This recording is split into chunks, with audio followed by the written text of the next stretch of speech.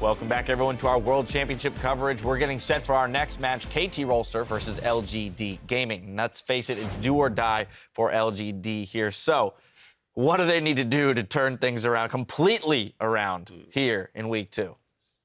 Well, they definitely need to do a lot, because right now it's mentality first for them. Because this team, they're 0-3. They need to win all of their games, and even then, it's not in their hands. This is a team from China, LPL, that plays best of 2s, and their best of 2 win rate isn't even that good. But their best of 1s, these guys, they get down on themselves so quickly and they become afraid. Even Godvi, the guy in the mid lane that came in here, we thought he was going to be just a great powerhouse coming in, but he's playing afraid and he's not even picking these assassins that he's been so good at during the split. The thing with Godvi is he needs BO5 game buffers to be aggressive. He sits there and he thinks, if I misplay this, if I don't execute appropriately, that's the game. That's the game. And he doesn't want to be the guy to do that. So he's playing scared, and he's not playing like the Godvi that we've seen before. And that is so weird for Godvi, because this is a guy coming out of the LPL that has an arrogance about him. He reverse picked Dade, of all people, in the Z matchup and beat him on both sides of it. So this is a player that had a lot of confidence coming out of the LPL and certainly has not shown it so far. It's like, speaking of big changes, LGD is bringing in the super hot fire in the shape of Flame, which I am excited for because I was a big fan of Flame back in Season 3 and Season 2. He was known for these being super good in the Irelia matchups, the Kennen matchups, the Jax matchups, so which kind of feels it's kind of that kind of meta we have in the top lane right now with these carry top laners. But to be fair, his summer season hasn't been too impressive. He has the stats 8-10, so I don't know what to expect from him. Yeah, they played him once in the playoffs. He lost. To be fair, there was a part of this season where Flame was arguably the better top laner because his Gnar, especially, is really good.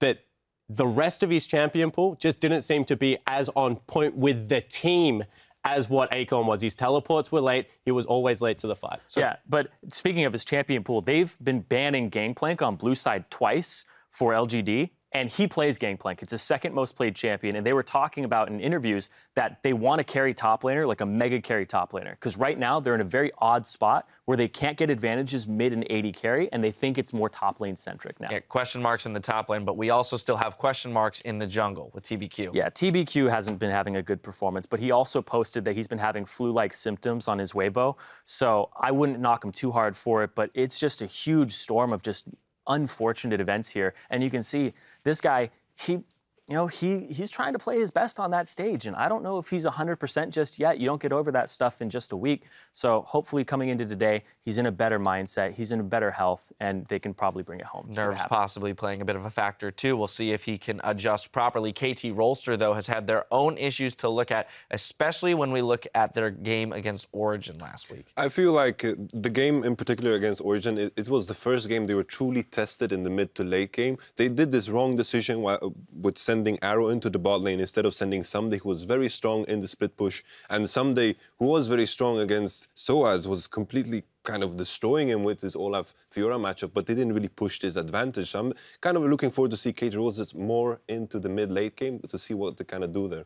Yeah, and also in the bot lane, we have to talk about Imp, right? This guy, he's world champion, right? But they've been playing against double TP every single game against LGD. They've run double TP, and it's shut down the pressure they've had in the bottom lane. So this guy, he needs to be freed up. He wants to play his own style of League of Legends, but, double TP is keeping him down in the metas also as well.